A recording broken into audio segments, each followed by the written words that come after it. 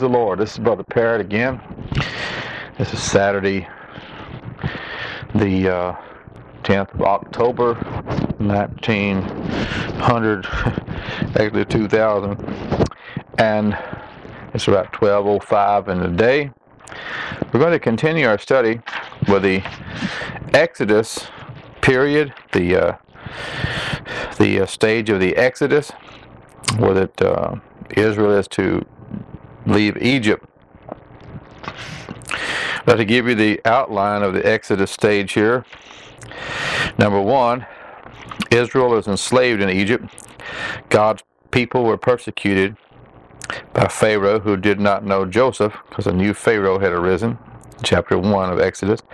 God's grace, he remembered his covenant with Abraham and heard their cries in chapter 2, verse 23 through 25. God's man Moses, his first 40 years as a prince in Egypt, chapter 2, verse 1 through 14. He is rescued by an Egyptian princess as a baby.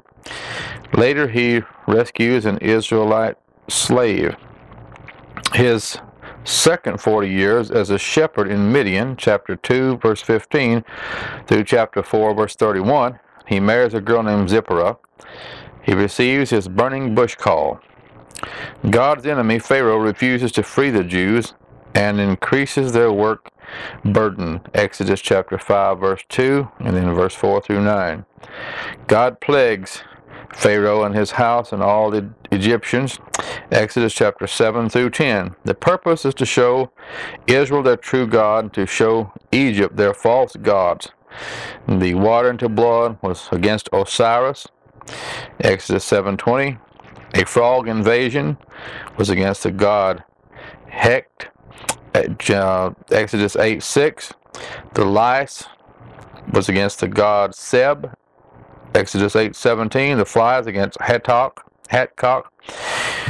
Exodus 8:24. The cattle disease against Apis. Exodus 9:6. The boils against Typhon. Exodus 9 verse 10. The hail with fire against Shu. Exodus 9:24. The locust against Serapia. Exodus 10:13. The 3-day darkness against Ra. Exodus 10:22. And the death of the firstborn against all gods in 12:29. I'm going to continue today where we left off, and they were God was giving them the Passover to be a memorial unto them forever, the slaying of the lamb on the 14th day of the first month at even, to put the blood upon the 2 side posts and the top of the door, so that when the death angel passed over, they would not destroy the Israelite people. Okay, the purpose and symbolism of the Feast of Unleavened Bread, which is the feast day after the Passover. And ye shall observe the Feast of Unleavened Bread, for in the selfsame day have I brought your enemies out of the land of Egypt. Therefore, your armies, out of the land of Egypt. Therefore shall you observe this day in your generations by an ordinance forever.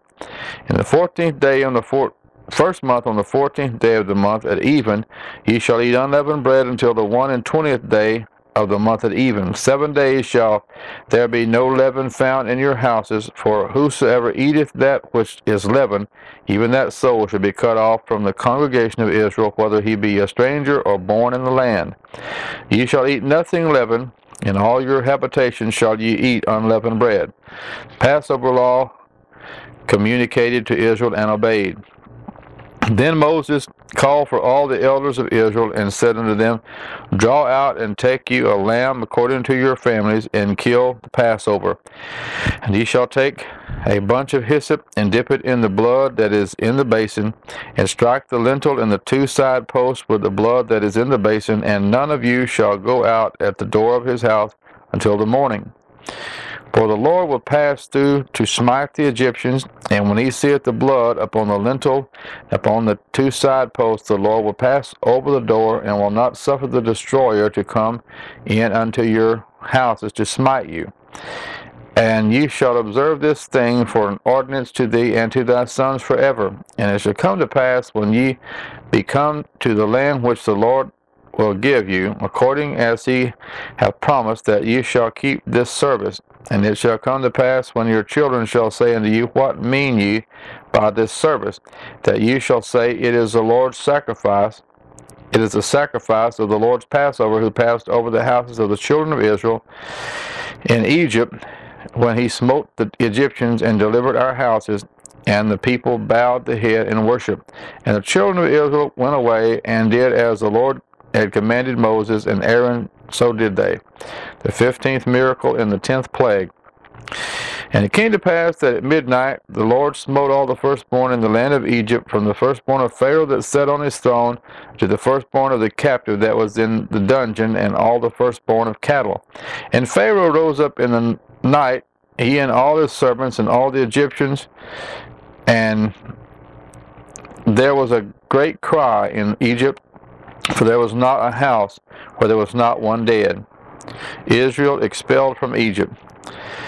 And he called for Moses and Aaron by night, and said, Rise up and get you forth from among my people, both ye and the children of Israel, and go serve the Lord as ye have said. And also take your flocks and your herds as ye have said, and be gone, and bless me also. And the Egyptians were urgent upon the people that they might send them out of the land in haste, for they said, We be all dead men.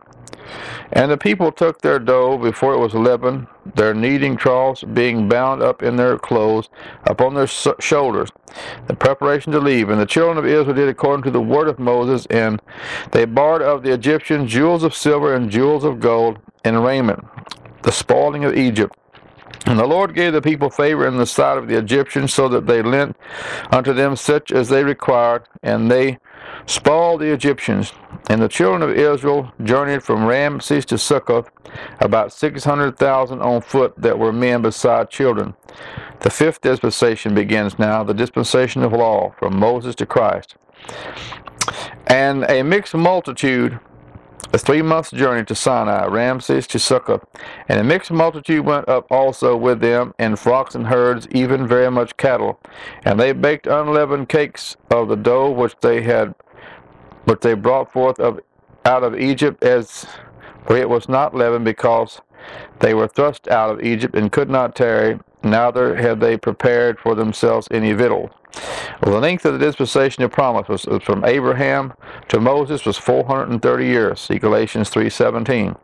Now the sojourning of the children of Israel who dwelt in Egypt was 430 years, and it came to pass at the end of the 430 years, even the selfsame day, it came to pass that all the hosts of the Lord went out from the land of Egypt. It is a night to be much observed unto the Lord for bringing them out from the land of Egypt. This is that night of the Lord to be observed of all the children of Israel in their generations, the law of the Passover. And the Lord said unto Moses and Aaron, This is the ordinance of the Passover. There shall no stranger eat thereof, but every man's servant that is bought for money, when thou hast circumcised him, then shall he eat thereof. A foreigner and an hired servant shall not eat thereof. In one house shall it be eaten. Thou shalt not carry forth aught of the flesh abroad out of the house, neither shall ye break a bone thereof. All the congregation of Israel shall keep it. And when a stranger shall sojourn with thee, and will keep the Passover of the Lord, let all his males be circumcised, and then let him come near and keep it, and he shall be as one that is born in the land, for no uncircumcised person shall eat thereof. One law shall be to him that is first homeborn, and unto the stranger that sojourneth among you. This did all the children of Israel, as the Lord commanded Moses and Aaron, so did they. And it came to pass the selfsame day that the Lord did bring the children of Israel out of the land of Egypt by their armies. Israel. Now notice this, God is selection here. The sanctification of the firstborn. God originally planned for a nation of priests, but finally, due to Israel's covenant sin, or constant sin, limited his selection to the tribe of Levi. Exodus 13 verse 2, 19 verse 6, and Numbers 8 verse 16. Exodus 13:2 says, Sanctify unto me all the firstborn, whosoever openeth the womb among the children of Israel, both of man and of beast, it is mine. And in chapter 19, Verse 6, he had to change it because of the constant sin that was going on. Chapter 19, verse 6, and ye shall be unto me a kingdom of priests and an holy nation. And these are the words which thou shalt speak unto the children of Israel. And then in Numbers chapter 8, verse 16. Chapter 8, 16.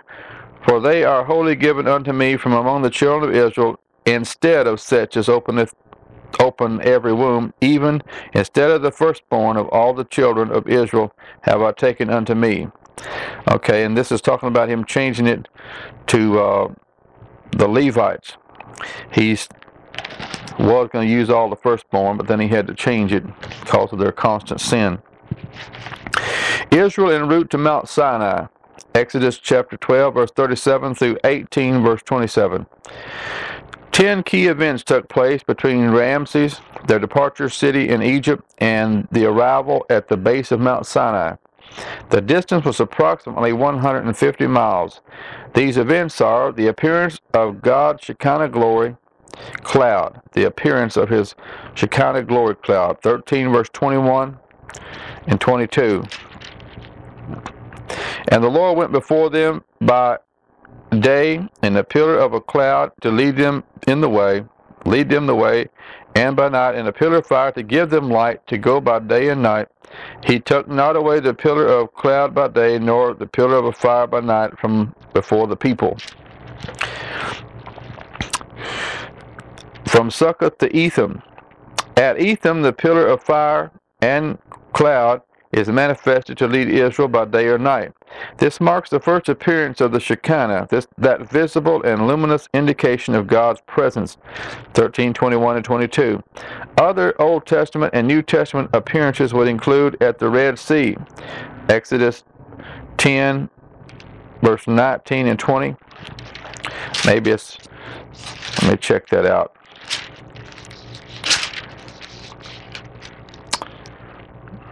Okay. See what it says here. Exodus chapter 10, verse 19 and 20. The glory cloud. Okay. I was just telling about the Red Sea, where those locusts went there. Okay. In the tabernacle in the holiest of all, in Leviticus 16, verse 2.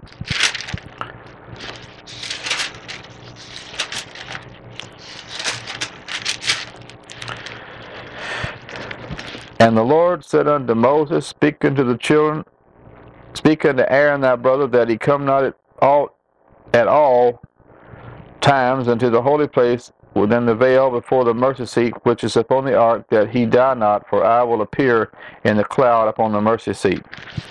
And I'm not going to read all the rest of these scriptures here where this holy cloud is seen, but it's in the tabernacle of the holiest of all, in the temple of the holiest of all, in 2 Chronicles 5, verse 11 through 13. The disappearance of this glory cloud in Ezekiel's time, in Ezekiel chapter 10. And at the birth of Christ, it is seen again, Luke 2, verse 9 through 11. On the Mount of Transfiguration, Matthew 17:5. At the ascension, when Jesus went back to heaven, Acts 1:9. At the rapture, 1 Thessalonians 4:17. At the second coming of Christ, Matthew 24, verse 30, and Mark 8, verse 38. And during the millennium, in Isaiah 4, verse 5 and 6, and chapter 6, verse 60, verse 19. The chase by Pharaoh, who had regretted his action and letting Israel go. Exodus chapter 14, verse 5 through 10. And it was told the king of Egypt that the people fled, and the heart of Pharaoh and of his servants was turned against the people. And they said, Why have we done this, that we have let Israel go from serving us? And he made ready his chariot, and took his people with him, and he took 600 chosen chariots, and all the chariots of Egypt, and captains over every one of them. And the Lord hardened the heart of Pharaoh, king of Egypt, and he pursued after the children of Israel, and the children of Israel went out with an high hand, but the Egyptians pursued after them all the horses and chariots of Pharaoh, and his horsemen, and his army, and overtook them encamping by the sea beside Pi-hahiroth before Baal-zephon. And the second of 12 complaints, and when Pharaoh drew nigh, the children of Israel lifted up their eyes, and behold, the Egyptians marched after them, and they were so afraid. The children of Israel cried unto the Lord, and they said unto Moses, because there were no graves in Egypt, hast thou taken us away to die in the wilderness? Wherefore hast thou dealt thus with us, to carry us forth out of Egypt? Is not this the word that we did tell thee in Egypt, saying, let us alone, that we may serve the Egyptians? For it had been better for us to serve the Egyptians than that we should die in the wilderness. Okay, and they chased a Pharaoh who had regretted his action by letting Israel go. Then from Ethan to Pi-hahiroth, Exodus 14, verse 1 through 4. And the Lord spake unto Moses, saying, speak unto the children of Israel, that they turn and encamp before Pi-hahiroth, between Migdol and the sea, over against Baal-zephon, before it shall ye encamp by the sea. And for the Pharaoh will say of the children of Israel, they are entangled in the land, the wilderness has shut them in, and I will harden Pharaoh's heart, that he shall follow after them, and I will be honored upon Pharaoh and upon all his host, that the Egyptians may know that I am the Lord. And they did so. You'll notice this scripture, and I will harden Pharaoh's heart, that he shall follow after them, and I will be honored upon Pharaoh and upon all his host.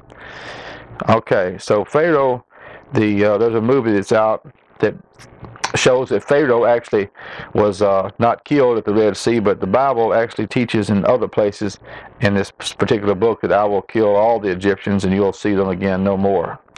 Okay, the decision of Pharaoh to follow up. Pharaoh regrets the decision to free Israel and determines to fall upon them and recapture them in the desert near the Red Sea through his cracked chariot core. The despair of the people, Exodus 14, 11, and 12, to give up. And that's what we just read. They said, were there not any graves in Egypt that you brought us out here to die in the wilderness? The declaration of the prophet. Now notice here, the decision of Pharaoh.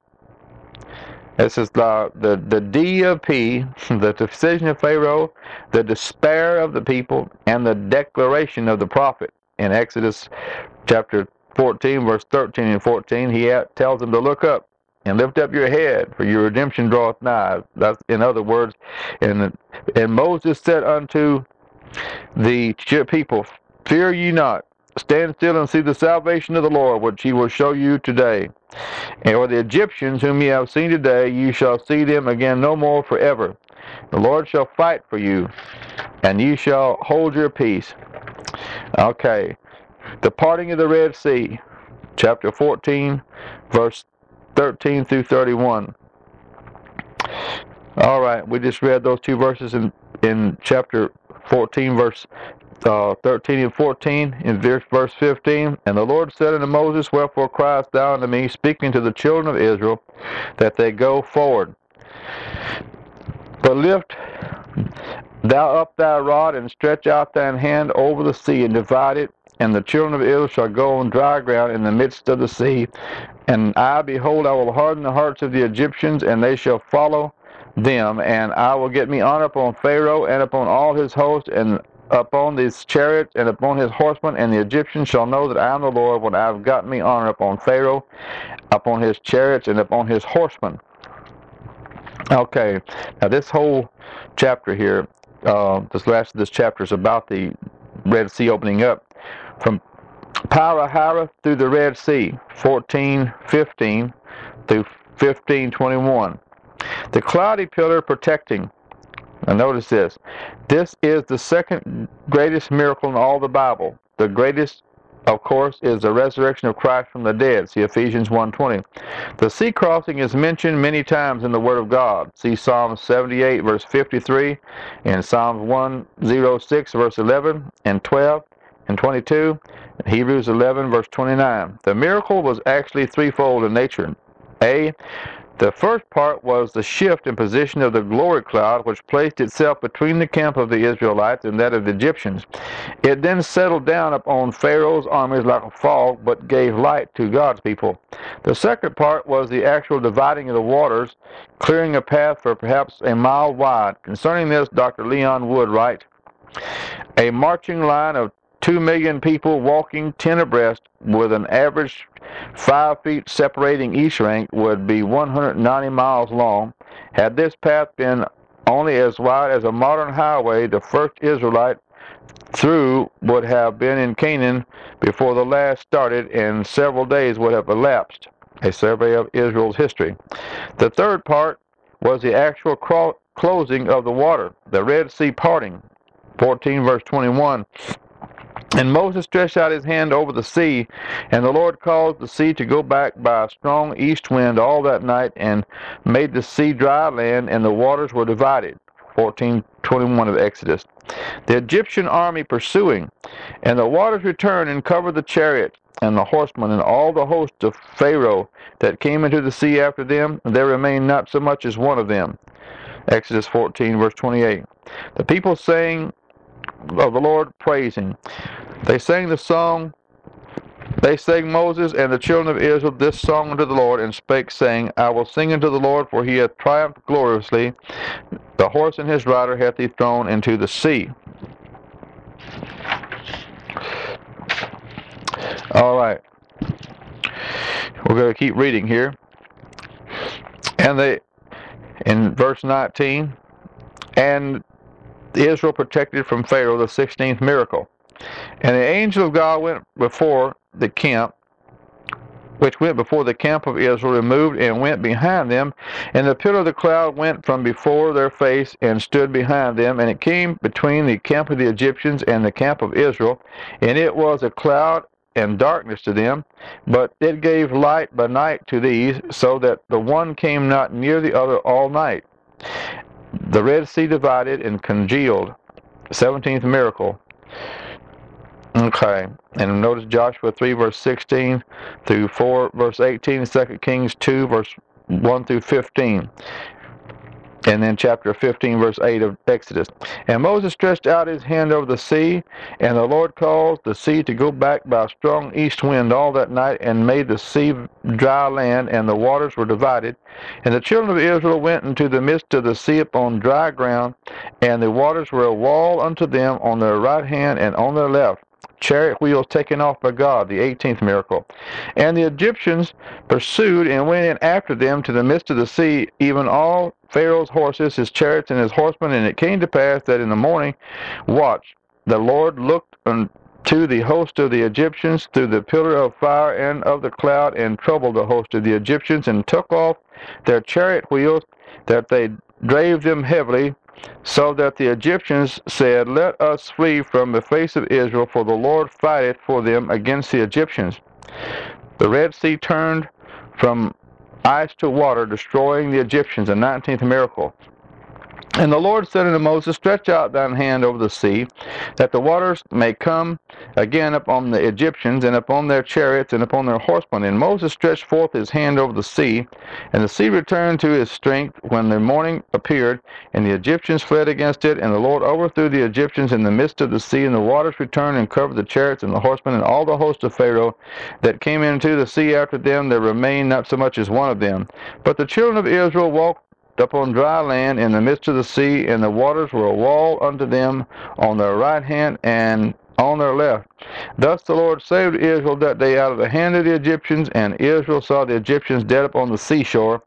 And Israel saw the great work which the Lord did upon the Egyptians, and the people feared the Lord, and believed the Lord and his servant Moses. Then they sang the song of Moses, and also in reference to this in Revelation chapter 15 verse 3. Then sang Moses and the children of Israel this song unto the Lord, and spake, saying, I will sing unto the Lord, for he hath triumphed gloriously. The horse and his rider hath he thrown into the sea. The Lord is my strength and song, he is become my salvation.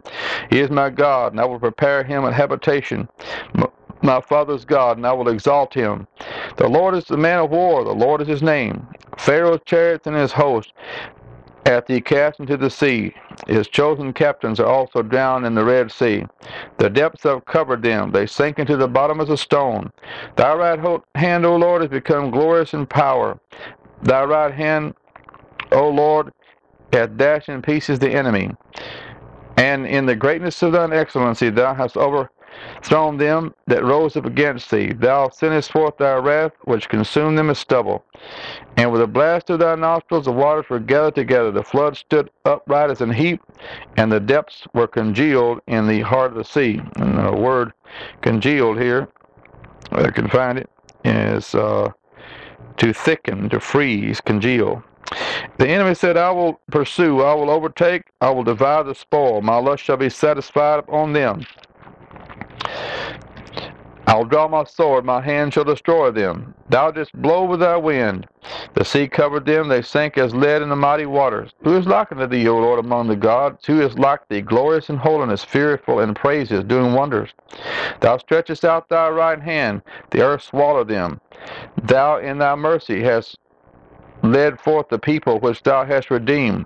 Thou hast guided them in the strength into thy holy habitation. The people shall hear and be afraid. Sorrow shall take hold upon the inhabitants of Palestina. The dukes of Edom shall be amazed. The mighty men of Moab, trembling, shall take hold upon them. All the inhabitants of Canaan shall melt away. Fear and dread shall fall upon them, and by the greatness of thine arm. They shall be as still as a stone, till thy people pass over, O Lord, till the people pass over, which thou hast purchased. Thou shalt bring them in and plant them in the mountain of thine inheritance, in the place, O Lord, which thou hast made for thee to dwell in the sanctuary, O Lord, which thy hands have established. The Lord shall reign forever and ever. For the horse of Pharaoh went in with his chariots, and with his horsemen into the sea.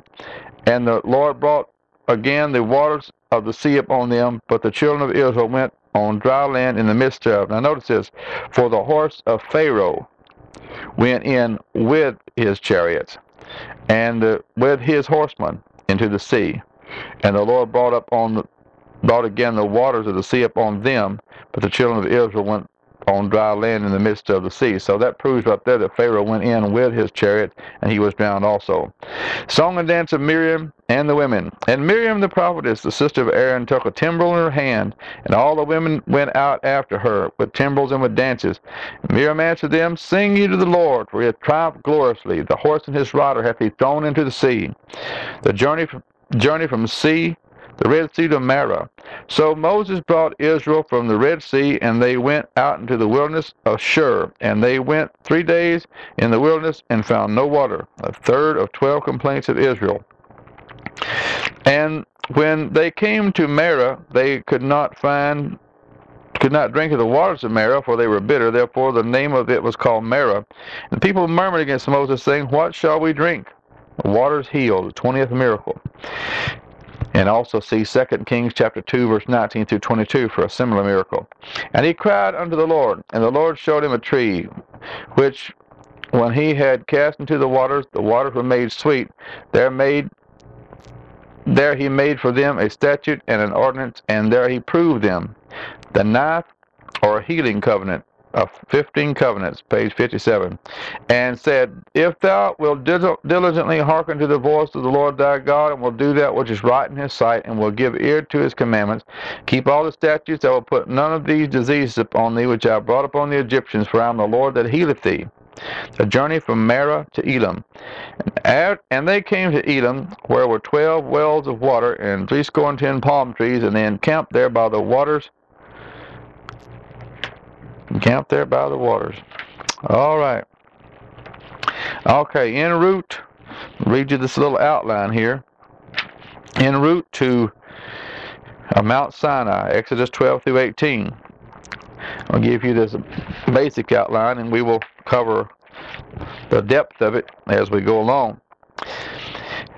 Number A, appearance of the glory cloud, Exodus 13, 21 and 22, the first of 10 biblical appearances. B, the chase by Pharaoh, Exodus 14, verse 5 through 10, the decision of Pharaoh to follow up, the despair of the people to give up, and the declaration of the prophet to look up. The miracle at the Red Sea, Exodus 14, 13 through 15, verse 21. The cloudy pillar protecting, the Red Sea parting, the Egyptian army perishing, and the Lord's people praising.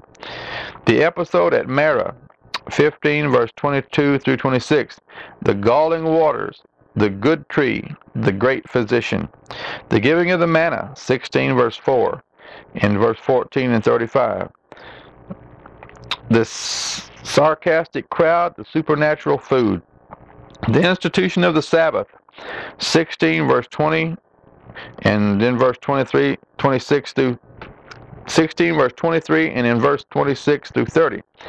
Given to Israel as a spiritual wedding ring, commemorated a finished creation. The water-filled rock, Genesis and Exodus 17, 1 through 7. In obedience, Moses strikes this rock. In disobedience, he will later strike another rock. See Numbers 20, verse 7 through 13.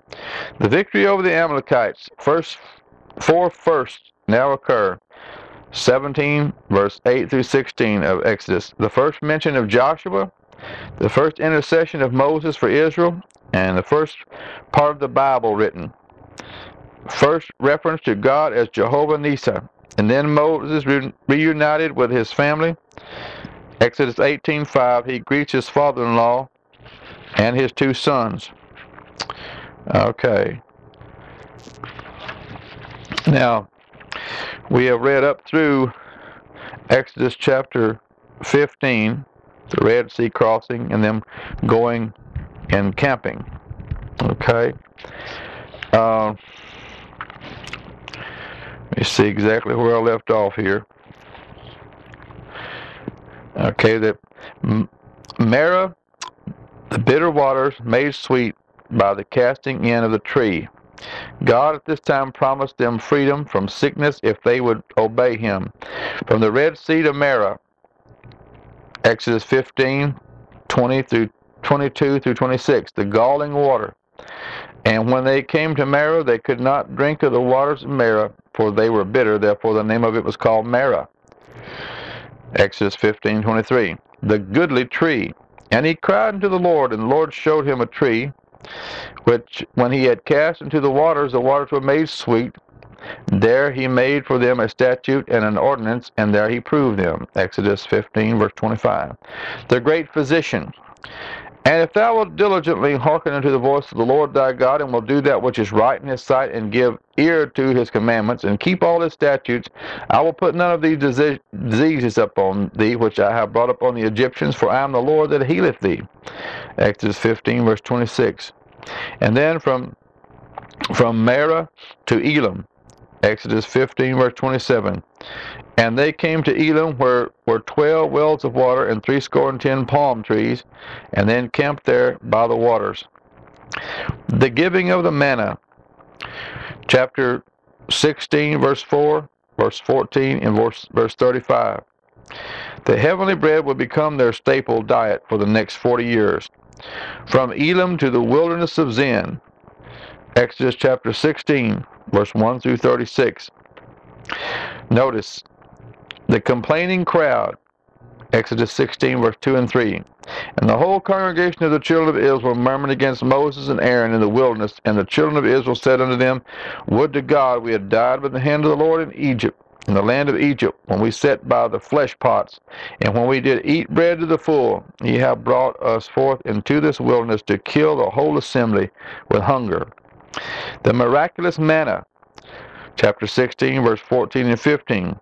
Beginning now and continuing for the next 40 years, God would feed them 6 days a week with manna, a white, flat coriander seed, which tasted like honey bread. It would only cease when Israel entered the promised land. See Joshua 5, verse 12. It was picked up each morning and eaten that same day for 6 days, and on the 6th, a double portion was to be taken for the 7th, where no manna would fall. The word manna in the Hebrew literally means, what is it?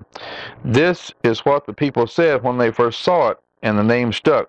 Jesus would later apply this event to his own ministry. See John 6, verse 30 through 63. Dr. John David writes the following helpful words on the subject of manna. It should not be assumed for these pages that from these passages that manna constituted the only part of the diet of the Hebrews during the 40-year period, we know that the Israelites had sheep and cattle, Exodus 12:38 and 17 verse 3, and they continued to possess these not only in Sinai in 34 verse 3, but had them when they reached Edom and the country east of the Jordan, Numbers 20 verse 19 and 32 verse 1. It appears that on some occasions the Hebrews bought food and even water from the Edomites, Deuteronomy 2 verse 6 and 7. That wheat and meats were available is clearly implied in such references as Exodus 17:3, 24 verse 5, Leviticus 8 verse 2, 26 and 31, and chapter 9 verse 4, chapter 10 verse 12, chapter 24 verse 5, and Numbers chapter 7 verse 13 and 19. The institution of the Sabbath, Exodus 16:23, 26 through 30, and 31 verse 13. The solemn Sabbath, Exodus 16:23 through 30. See, for that the Lord hath given you the Sabbath. Therefore he giveth you on the 6th day the bread of 2 days, and abide ye every man in his place, and let no man go out of his place on the 7th day. So the people rested on the 7th day. Exodus 16:29 and 30. Following is a brief summary on the biblical teaching concerning the Sabbath. The Sabbath was first mentioned in Exodus 16:23. For the first 2,500 years of human history, no one observed it but God himself. See Genesis 2 verse 2. The Sabbath was then given to Israel, Exodus 31 verse 13 and verse 17, who previously knew nothing about it whatsoever. See Exodus 16 verse 29. This day was never given to the church. See Colossians 2 verse 16 and Galatians 4 verse 9 through 11. Sabbath is not a Hebrew word for 7, but means rest or cessation. Hebrew words for 7 are Sheba and Shabbat. Thus a literal translation of the 4th commandment would read, remember the rest day to keep it holy. There were many Sabbaths given to Israel. The weekly 7th-day Sabbath in Exodus 20 verse 8 through 11. It began at sundown on Friday and ended at sundown on Saturday. It was the day of absolute rest with no services or gatherings. The first day of the 7th month Sabbath in Leviticus 23 verse 24 and 25. The Feast of Trumpets. The 10th day of the 7th month Sabbath, or the Day of Atonement, in Leviticus 16 verse 29 and 30. The 15th day of the 7th month Sabbath, the Feast of Tabernacles, Leviticus 23 verse 34. The 7th year Sabbath, Leviticus 25 verse 1 through 4. The lamb was to lie idle for an entire year. The 50th year Sabbath, Leviticus 25 verse 8. The 70-year Babylonian captivity was primarily due to Israel's disobedience to observe these rest years. In approximately 500 years, they had accumulated until Israel owed the promised land 70 past years of rest. See Leviticus 26 verse 27 through 35 and 2 Chronicles 36 verse 21, Jeremiah 25 verse 11. The Sabbath has never been changed, but has been set aside because the nation of Israel has been set aside. See Matthew 21 verse 43. The Sabbath will be observed again during the Kingdom Age. See Isaiah 66 verse 23. Question: where then does the church receive authority to worship on Sunday? The answer: this authority was laid out in pattern form through the resurrection which occurred on the first day, Sunday. This fact is reported by all 4 Gospels: Matthew 28:1, Mark 16:2 and verse 9, Luke 24 verse 1 and 13, and John 20 verse 1 and verse 19. Thus, as the 7th day commemorates the finished creation in Exodus chapter 20 verse 8 through 11, so the first day commemorates a finished redemption. See Acts 20 verse 7, 1 Corinthians 16 verse 1 and 2, and Hebrews 7 verse 12. It is true that Paul often preached to the Jews on the Sabbath in Acts 13 verse 14, 16 verse 13, and 17 verse 2, and 18 verse 4, but he only did so because this was the day the Jews regularly gathered. See 1 Corinthians 9 verse 19 and 20. Striking the rock at Rephidim. Okay, now we're going to stop here, where that we're just going to strike the rock at Ephedim. We're going to read through this 16th chapter here. Excuse me here for getting out the tape, getting me a little drink of coffee. I hope this don't offend you too much, as I enjoy it. Okay, chapter 16, we're going to read through this, and we're going to read about all these things that we just commented on. Chapter 16, the journey from Elim to the wilderness of Sin. And they took their journey from Elim and all the congregation of the children of Israel unto the wilderness of Sin, which is between Elim and Sinai, on the 15th day of the 2nd month after their departing out of the land of Egypt. Fourth of 12 complaints of Israel. And the whole congregation and the children of Israel murmured against Moses and against Aaron in the wilderness. And the children of Israel said unto them, Would to God we had died by the hand of the Lord in the land of Egypt, when we sat by the flesh pots, and when we did eat bread to the full. For ye have brought us forth into the wilderness to kill this whole assembly with hunger. Quails and manna promised. Then said the Lord unto Moses, Behold, I will rain bread from heaven for you, and the people shall go out every day and gather a certain rate every day, that I may prove them whether they will walk in my law or no. And it shall come to pass that on the 6th day they shall prepare that for which they bring in, and it shall be twice as much as they gather daily. Promise repeated to Israel, their murmurings rebuked. And Moses and Aaron said unto the children of Israel, At even ye shall know that the Lord hath brought you out from the land of Egypt, and in the morning then ye shall see the glory of the Lord, for that he heareth your murmurings against the Lord. And what are we that you murmur against us? And Moses said, This shall be when the Lord shall give you in the evening flesh to eat, and in the morning bread to eat to the full, and for that the Lord heareth your murmurings which ye murmur against him. And what are we? Your murmurings are not against us, but against the Lord. Invitation to approach God. And Moses spake unto Aaron, saying unto all the congregation of the children of Israel, Come near unto the Lord, for he hath heard your murmurings. And it came to pass, as Aaron spake unto the whole congregation of the children of Israel, that they looked toward the wilderness, and behold, the glory of the Lord appeared in the cloud. God again promises quails and manna. And the Lord spake unto Moses, saying, I have heard the murmurs of the children of Israel. Speak unto them, saying, At even you shall eat flesh, and in the morning you shall be filled with bread, and you shall know that I am the Lord your God. Quails and manna given, the 21st miracle. See Numbers 11, verse 21. And it came to pass that at even the quails came up and covered the camp, and in the morning the dew lay round about the host. And when the dew that lay was gone up, behold, upon the face of the wilderness there lay a small round thing, as small as the hoarfrost on the ground. And when the children of Israel saw it, they said to one to another, It is manna. For they knew not which they wist not what it was. And Moses said unto them, This is the bread which the Lord hath given you to eat. The law of gathering manna, the quantity for each person. This is the thing which the Lord hath commanded. Gather of it every man according to his eating, and omer for every man according to the number of your persons. Take ye every man for them which are in his tents. And the children of Israel did so, and gathered some more and some less. And when they did meet it with an omer, he that gathered much had nothing over, and he that gathered little had no lack, and they gathered every man according to his eating. The law of manna broken, 22nd miracle, worms in it. And Moses said, Let no man leave of it till the morning. Notwithstanding, they hearkened not unto Moses, but some of them left of it until the morning, and it bred worms and stank, and Moses was wroth with them.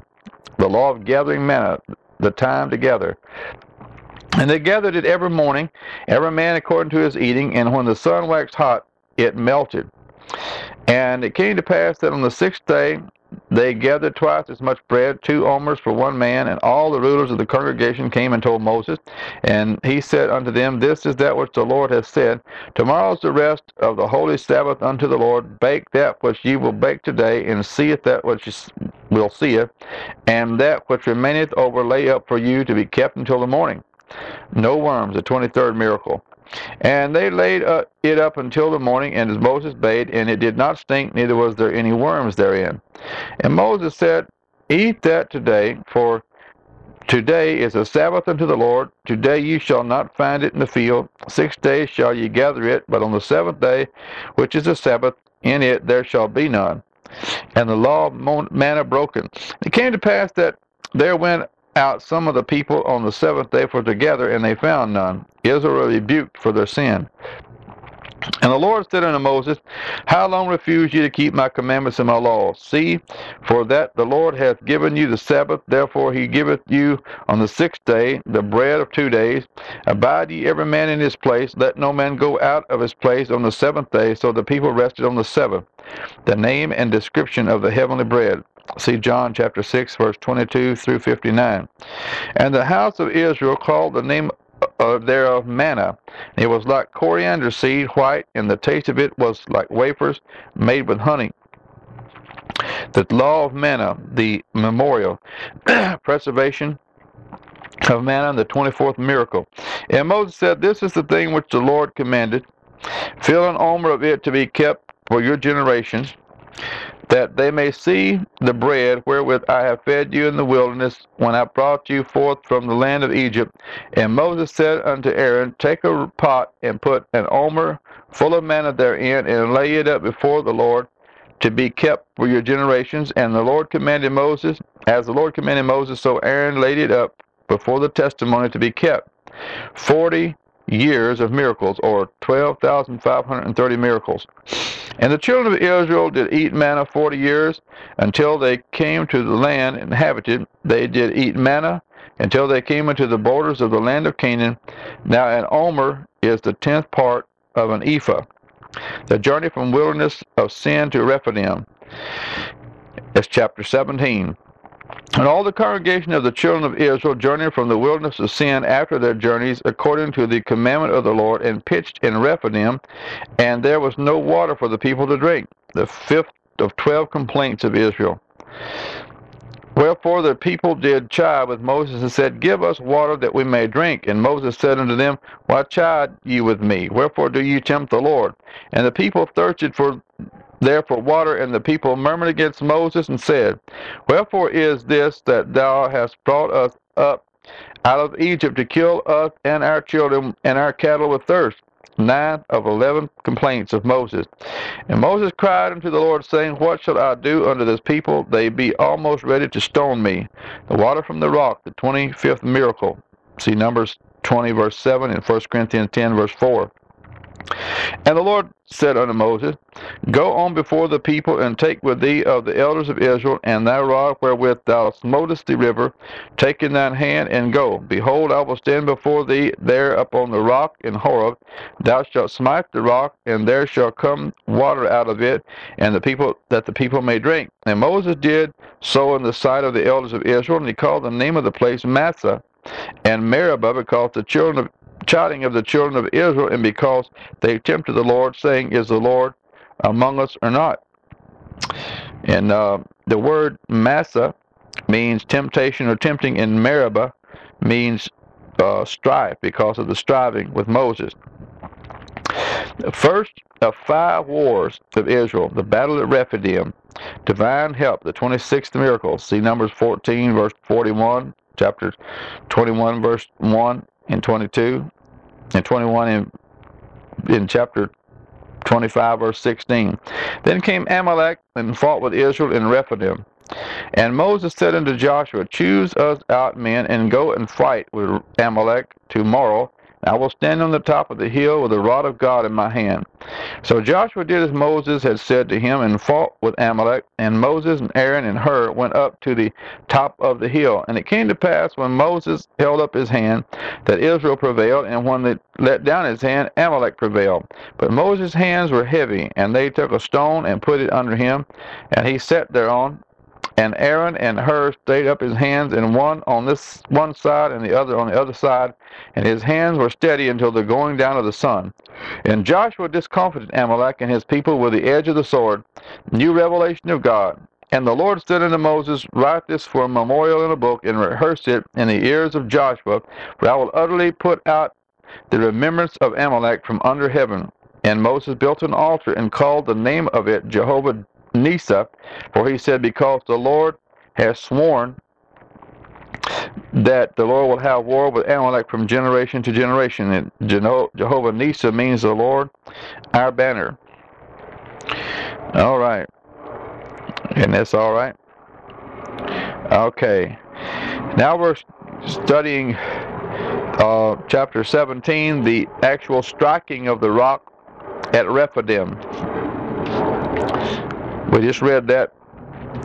Chapter 17, verse 1 through 7. All right. This was done to provide water which God supernaturally gave from the side of that rock. Nearly 40 years later, Moses, who will strike another rock in a distant place, but at that time he will be out of God's will. See Numbers chapter 20, verse 7 through 13. From the wilderness to Rephidim, Exodus 17, 1 through 18:27. Moses strikes a rock, 17 verse 6. The fickle Israelites were almost ready to stone Moses because their thirst when God stepped in. Behold, I will stand before thee upon the rock in Horeb, and thou shalt smite the rock, and there shall come water out of it that the people may drink. Israel's first victory over the Amalekites. Exodus 17, verse 8 through 16. Four important firsts should be noted. The first mention of Joshua, who was selected by Moses to lead the armies of Israel. Exodus 17, verse 9. The first prayer of Moses for Israel, 17, verse 11 and 12. The first part of the Bible to be written, 17, verse 14. The first occurrence to one of God's great names, Jehovah Nissi, the Lord is my banner, 17, verse 15. Moses smites an enemy, 17, verse 11. The enemy, the Amalekites. Their descendants, these are the descendants of Esau, in Genesis 36, verse 12. A roving and raiding desert band had probably been tracking Israel for some time now and chose this moment to strike, 17, verse 8. The general was Joshua. This is the first mention of one of the most remarkable military men who ever lived. In spite of his youth, probably in his early 20s, Moses chose him to head up Israel's fighting forces. His ability and bravery were matched by his love for God, 17 verse 9. The intercessor, Moses.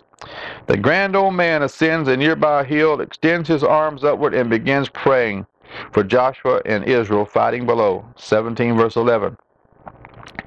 The helpers were Aaron and Hur. These two aided Moses in keeping his weary arms heavenward so that God would give victory below.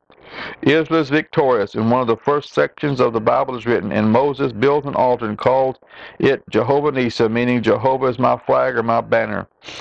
The meeting of Moses with his family, chapter 18. Moses is reunited with his family at Rephidim. When Jethro, the priest of Midian, Moses' father-in-law, heard all that God had done for Moses and for his people, Israel his people, and that the Lord had brought Israel out of Egypt, then Jethro, Moses' father-in-law, took Zipporah, Moses' wife, after he had sent her back, and her two sons, of which the name of the one was Gershom, for he said, I have been an alien in a strange land, and the name of the other was Eliezer, for the God of my father, said he, was my help, and delivered me from the sword of Pharaoh. And Jethro, Moses' father-in-law, came with his sons and his wife unto Moses unto the wilderness, where he encamped at the mount of God, and he said unto Moses, I, thy father-in-law Jethro, am come unto thee, and thy wife and her sons with her. Moses relates to Jethro the miracles of God. And Moses went out to meet his father-in-law, and did obeisance, and kissed him, and they asked each other of their welfare, and they came into the tent, and Moses told his father-in-law all that the Lord had done unto Pharaoh and to the Egyptians for Israel's sake, and all the travail that had come upon them by the way, and how the Lord delivered them. Jethro worships God and feasts with elders of Israel. And Jethro rejoiced for all the goodness which the Lord had done to Israel, whom he had delivered out of the hand of the Egyptians. And Jethro said, Blessed be the Lord, who hath delivered you out of the hand of the Egyptians, out of the hand of Pharaoh, who delivered the people from under the hand of the Egyptians. Now I know that the Lord is greater than all gods, for in the thing wherein they dealt proudly he was above them. And Jethro, Moses' father-in-law, took a burnt offering and sacrifices for God, and Aaron came and all the elders of Israel to eat bread with Moses' father-in-law before God. Long court sessions. And it came to pass on the morrow that Moses sat to judge the people, and the people stood by Moses from the morning until the evening. Now Jethro advocates three changes. Moses to save his strength, Numbers 11, verse 17. And when Moses' father-in-law saw all that he did to the people, he said, What is the thing that thou doest to the people? Why sittest thou thyself alone, and all the people stand by thee from morning unto even? And Moses said unto his father-in-law, Because the people come unto me to inquire of God. And when they have a matter, they come unto me, and I judge between one and another, and I do make them know the statutes of God and his laws. And Moses' father-in-law said unto him, The thing that thou doest is not good, and thou wilt surely wear away both thou and this people that is with thee, for this thing is too heavy for thee. Thou art not able to perform it thyself alone. Universal teaching and knowledge of the law. Hearken now unto my voice, and I will give thee counsel, and God will be with thee. God shall be with thee. Be thou for the people to Godward, that thou mayest bring the causes unto God, and thou shalt teach them ordinances and laws, and shalt show them the way wherein they must walk, and the work that they must do. Establishment of lower and higher courts. Deuteronomy 16, verse 8, and then Exodus 17, verse 8. Deuteronomy 16, verse 18. Moreover, that thou shalt provide out of all the people able men, such as fear God, men of truth, hating covetousness, and place such over them to be rulers of thousands, and rulers of hundreds, and rulers of fifties, and rulers of tens, and let them judge the people at all seasons. And it shall be that every great matter they shall bring unto thee, but every small matter they shall judge. So shall it be easier for thyself, and they shall bear the burden with thee. If thou shalt do this thing, and God command thee so, then thou shalt be able to endure, and all those people shall also go to their place in peace. Moses obeys Jethro, Numbers 11, verse 10 through 25. So Moses hearkened unto the voice of his father-in-law, and did all that he said. And Moses chose able men out of all Israel, and made them heads over the people, rulers of thousands, rulers of hundreds, rulers of fifties, and rulers of tens, and they judged the people at all seasons. The hard causes they brought unto Moses, but every small matter they judged himself. And Moses let his father-in-law depart, and he went away into his own land. Okay. Now, Moses, the meeting of Moses with his family, 18:5. Moses salutes his family, 18:7. He is greeted by Jethro, Zipporah, and his two sons Gershom and Eleazar. At Jethro's advice, Moses appoints capable men to help him judge the problems of Israel. Chapter 18, verse 17 through 27. All right, chapter 19, verse 19 through Numbers chapter 10, verse 10. On June 15, 1445 BC, Israel arrived at Mount Sinai. They would be there for 11 months and 5 days, according to Numbers 10, verse 11. Three major events took place during this time. These are the commandment of the law, requirement for fellowship, the corruption of the golden calf, ruination of that fellowship, the construction of the tabernacle, the restoration of that fellowship. And we shall now look at an introduction to and consideration of these events. An introduction to the action at Mount Sinai. Israel arrives at Mount Sinai and is given notice that God will meet with them in 3 days. They are therefore to wash their clothes and prepare their hearts. Exodus 19, verse 9 and 10. And the Lord spake unto Moses, Lo, I come unto thee in a thick cloud, that the people may hear when I speak with thee, and believe thee forever. And Moses told the words of the people unto the Lord. Verse 10, And the Lord said, Moses, go unto the people, and sanctify them today, and tomorrow let them wash their clothes. On the third day, God manifests himself on Mount Sinai.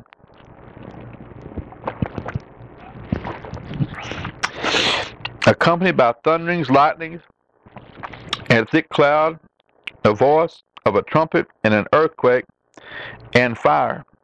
Exodus 19, verse 16 through 18.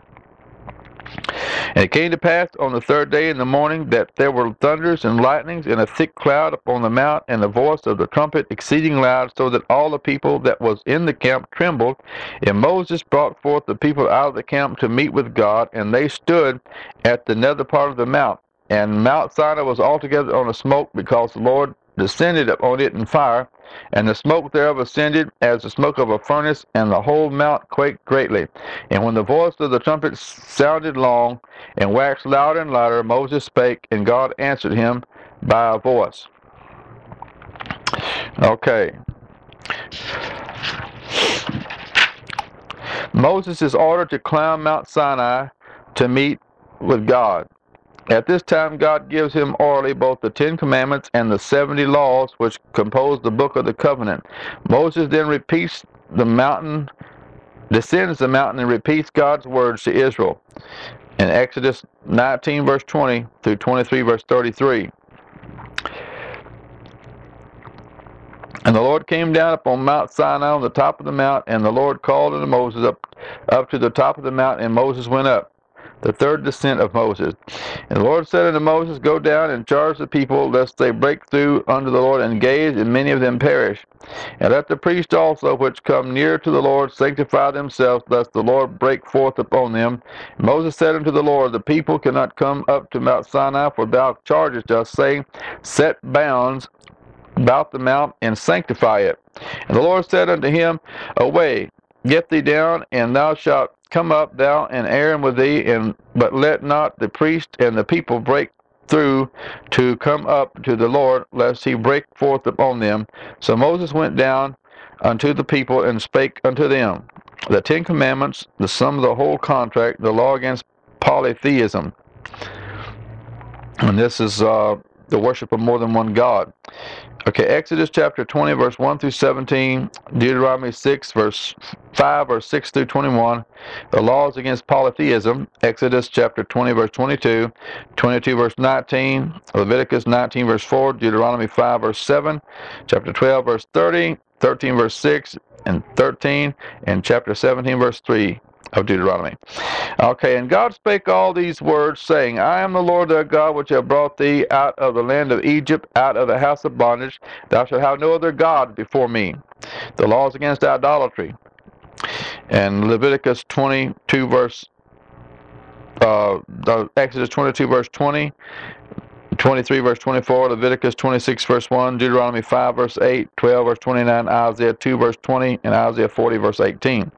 Thou shalt not make unto thee any graven image, or any likeness of anything that is in the heaven above, or that is in the earth beneath, or that is in the water under the earth. Thou shalt not bow down thyself to them, nor serve them, for I, the Lord thy God, am a jealous God, visiting the iniquity of the fathers upon the children unto the third and fourth generation of them that hate me, and showing mercy unto thousands of them that love me and keep my commandments. The law against profanity.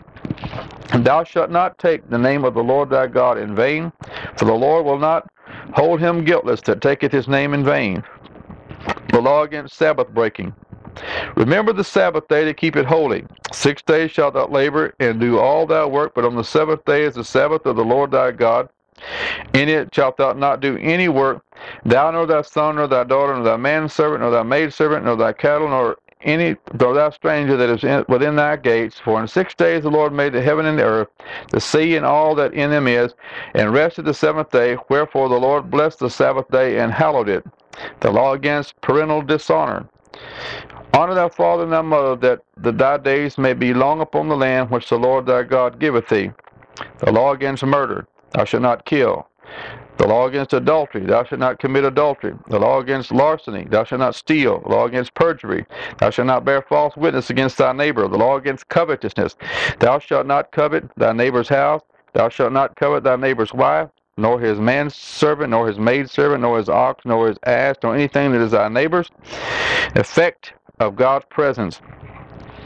And all the people saw the thunderings and the lightnings, and the voice of the trumpet, and the mountain smoking. And when the people saw it, they removed and stood afar off. And they said unto Moses, Speak thou with us, and we will hear, but let not God speak with us, lest we die.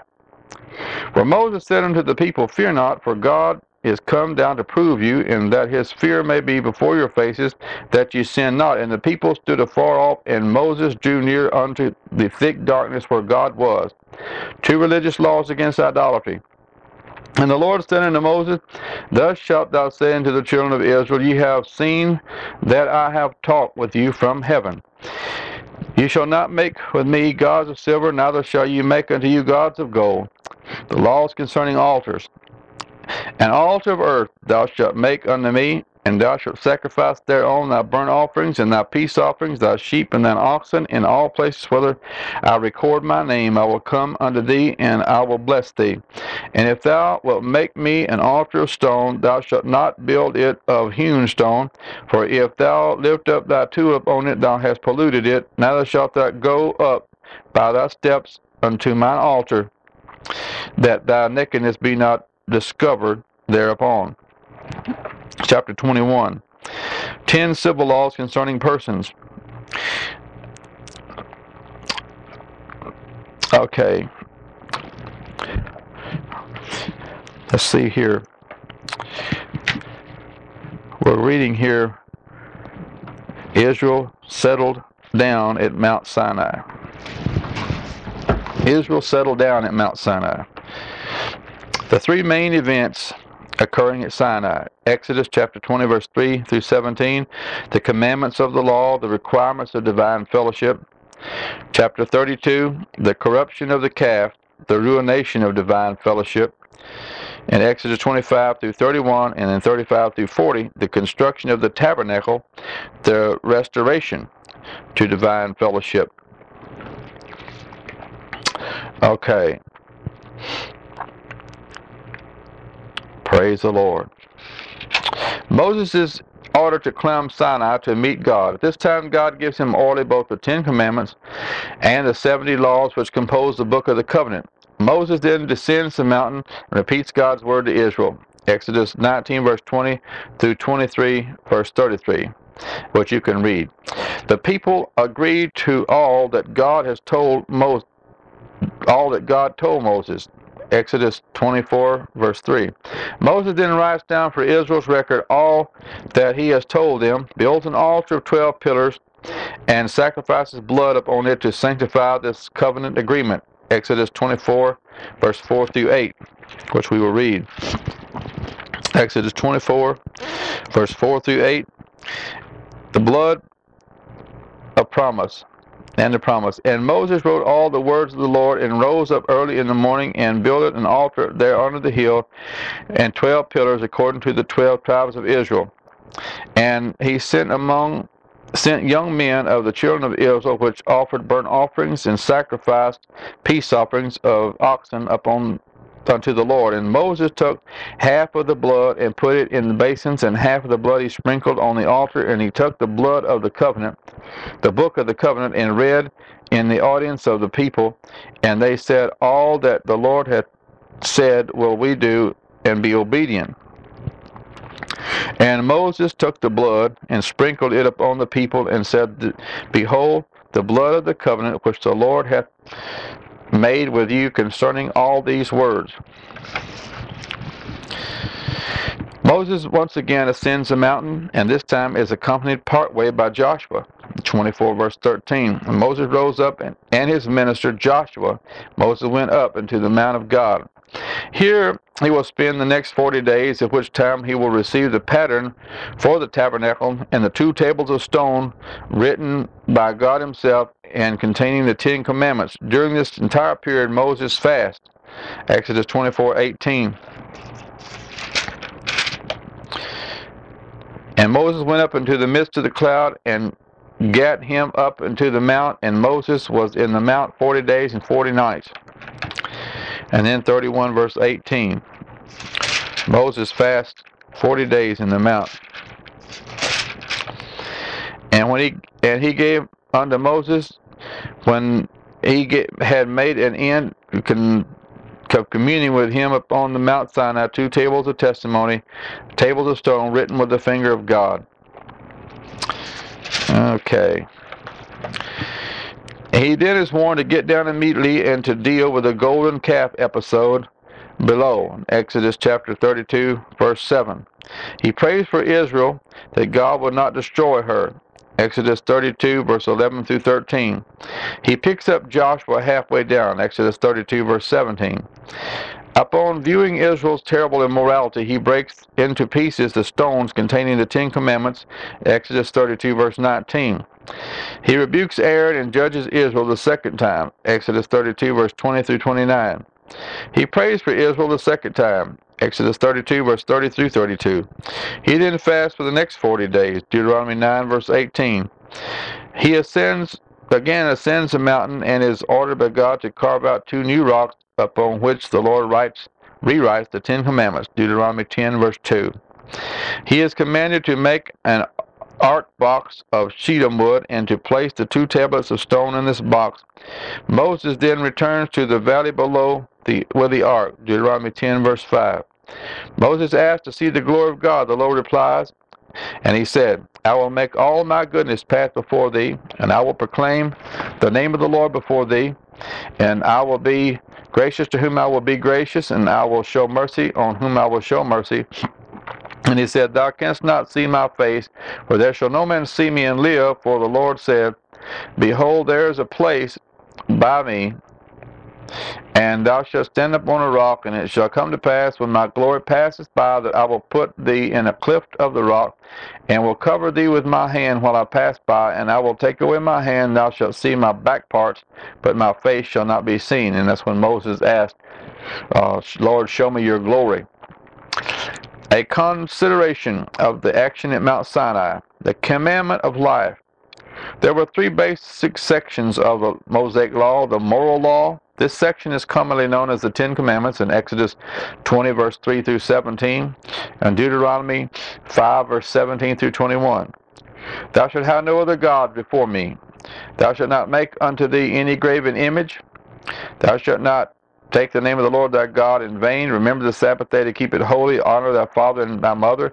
Thou shalt not kill. Thou shalt not commit adultery. Thou shalt not steal. Thou shalt not bear false witness. And thou shalt not covet. The spiritual code. This section deals with the ordinances, all of which foreshadow Christ and salvation. See Hebrews 10, verse 1. It includes the Levitical feast, the offerings, and etc. in Exodus chapter 35 through 40 in the book of Leviticus. The social law. This section deals with the judgments and divine laws of God's new establishment for Israel. It includes rules for diet, sanitation, quarantine, soil conservation, taxation, military service, marriage, divorce, etc. There are some 70 basic regulations in the social code. Of these, 20 of the more important are as follows. A. If any man smite his servant or his maid with a rod, and he die under his hand, he shall be surely punished. Exodus 21, verse 20. He that smiteth his father or his mother shall surely be put to death. Exodus 21, verse verse 15, I'm sorry. And he that stealeth a man and selleth him, or if he be found in his hand, he shall surely be put to death. Exodus 21, verse 16. Eye for an eye, tooth for a tooth, hand for a hand, foot for a foot. Exodus 21, verse 24. He that curseth his father or his mother shall surely be put to death. Exodus 21, verse 17. And if a man smite the eye of his servant or the eye of his maid, that it perish, he shall let him go free for his eye's sake. Exodus 21, verse 26. If a man shall steal an ox or a sheep and kill it and sell it, he shall restore 5 oxen for an ox and 4 sheep for a sheep. Exodus 22, verse 1. If a man entice a maid that is not betrothed and lie with her, he shall surely endow her to be his wife. Exodus 22, verse 16. Thou shalt not suffer a witch to live. Exodus 22, verse 18. Whosoever lieth with a beast shall surely be put to death. Exodus 22, 19. He that sacrificeth unto any god save unto the Lord only, he shall be utterly destroyed. Exodus 22, verse 20. Thou shalt neither vex a stranger nor oppress him, for ye were strangers in the land of Egypt. Chapter 21, verse 21. Chapter 22, verse 21. Okay, now I'd like to like to keep going here. You shall not afflict any widow or fatherless child. 22 verse 22. If thou lend money to any of my people that is poor by thee, thou shalt not be to him as an usurer, neither shalt thou lay upon him usury. 22 verse 25. If thou at all take thy neighbor's raiment to pledge, thou shalt deliver it unto him by that the sun goeth down. Exodus 22 verse 26. For this that is his covering only, it is his raiment for his skin, wherein shall he sleep. And it shall come to pass, when he crieth unto me, that I will hear, for I am gracious. 22 verse 27. Thou shalt not revile the gods, nor curse the ruler of thy people. 22 verse 28. Thou shalt not delay to offer the first of thy ripe fruits and of thy liquors, and the firstborn of thy sons shalt thou give unto me. 22 verse 29. If thou meet thine enemy's ox or his ass going astray, thou shalt surely bring it back to him again. 23 verse 4. If thou see the ass of him that hateth thee lying under his burden, and wouldest forbear to help him, thou shalt surely help with him. 23 verse 5. Thou shalt not rest the judgment of thy poor in his cause. 23 verse 6. And 6 years thou shalt sow thy land, and shalt gather in the fruits thereof, but the 7th year thou shalt let it rest, and lie still, that the poor of thy people may eat, and that they leave the beast of the field, and what they leave the beast of the field shall eat. In like manner thou shalt deal with thy vineyard and with thy olive yard. 23 verse 10 and 11. Behold, I send an angel before thee to keep thee in the way, and to bring thee into the place which I have prepared. 23 verse 20. Simply stated, the moral code acted as the revelation of God's law, the social code as the regulation of that law, and the spiritual code as the realization of that law in Christ. See Matthew 5 verse 17 and 18 and Romans 10 verse 4. The corruption of the golden calf, Exodus chapter 32. During the final days of Moses' first 40-day meeting with God atop Mount Sinai, the fickle Israelites in the valley below demand that Aaron make them a god. Aaron agrees, and using their golden earrings forms a golden calf. And the worship service, the people throw a wild party and indulge in sexual immorality. The verb translated to play in Exodus 32 verse 6 means to sexually caress. See Genesis 26:8 for a similar situation. God informs Moses of all this on the mountain and declares his intention to destroy the entire bunch. A trembling Moses then begins his respectful debate with deity. He pleads for God to turn his wrath away for 2 reasons: because of his enemies, Exodus 32 verse 12, and because of his friends, Exodus 32 verse 13. Moses and Joshua return to the camp, and in righteous anger, Moses breaks the 10 Commandments tablets of stone. He then burns the golden calf, grinds it into powder, and mixes it with water, and makes the people drink it. He reprimands Aaron and demands to know who is on the Lord's side. The tribe of Levi, to a man, declare themselves to be, and from that day are chosen to become the priests of God. Then God sends a plague to punish Israel and orders the execution of 3,000 trouble-making ringleaders. The construction of the tabernacle, and this is in Exodus 25 verse 31 through and also in Exodus 35 verse 41 through 41 chapter, and also the whole book of Leviticus. And I'd like to read you an outline here on the tabernacle. The description in size: it consisted of 3 sections: the outer court, 1; number 2, the inner court; number 3, the holiest of all. The outer court, similar to a picket fence, 150 feet long by 75 feet wide, 7 1/2 foot high. The tent within the outer court was 45 feet long, 15 foot wide, and 15 foot high. The tent had 2 rooms which were separated by a thick veil. Eastern tent room known as the inner court or the holy place. The western tent room was known as the holiest of all. Building materials: gold, silver, bronze, animal cloth, acacia wood, and onyx stones.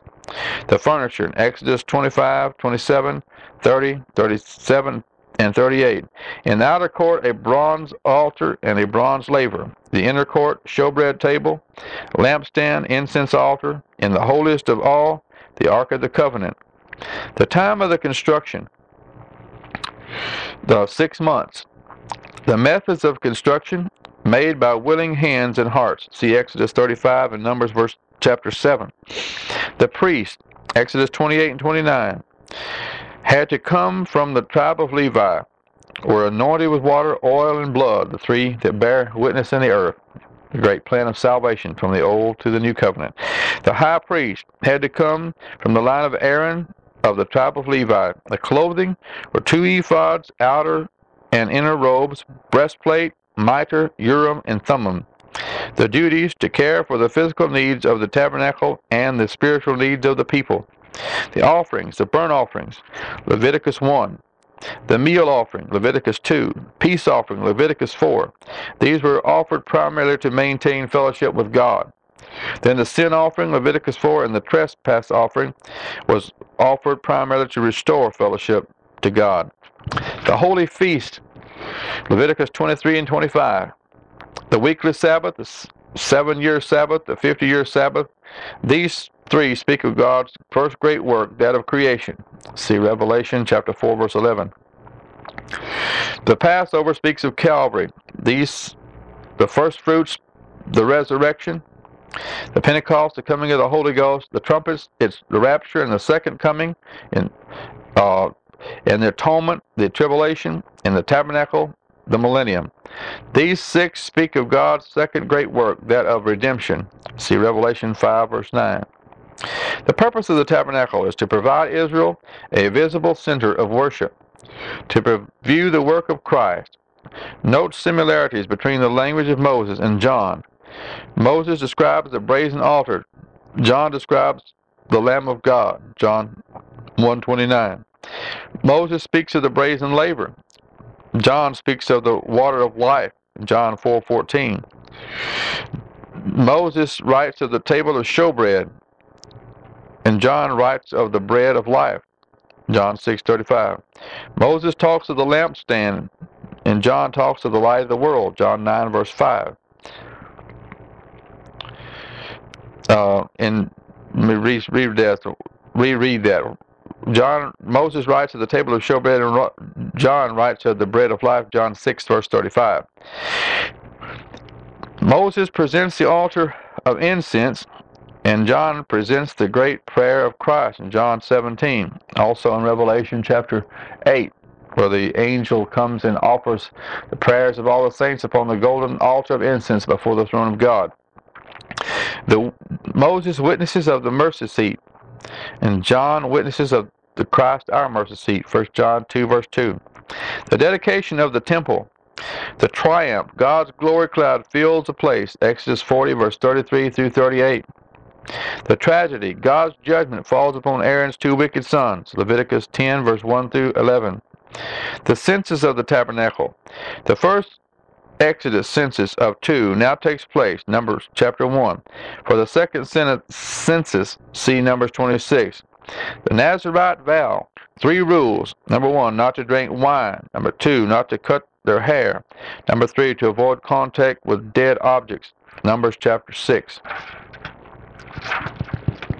All right, the construction of the tabernacle. A general description of the tabernacle. The 3 sections, the outer court, the inner court, the holiest of all. The outer court, a glorified picket fence. Construction measured 150 feet in length, 75 feet wide, and 7.5 feet high. In the center of the picket fence was a tent 45 feet long, 15 foot wide, and 15 foot high. There were 2 rooms in this tent separated by a thick veil. The eastern room section of this tent, the entire tabernacle faced east, was the holy place, and the western section was the holiest of all. The tent was made of 48 upright boards and was covered by 4 kinds of cloth.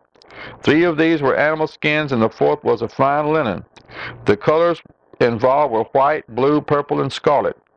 The various materials used: The gold was 3,140 pounds, the silver 9,575 pounds, the bronze 7,540 pounds, animal cloth, acacia wood, olive oil, spices, onyx, and onyx stones. The overall supervision was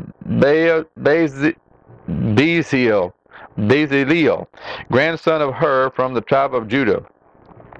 The time of construction, approximately 6 months.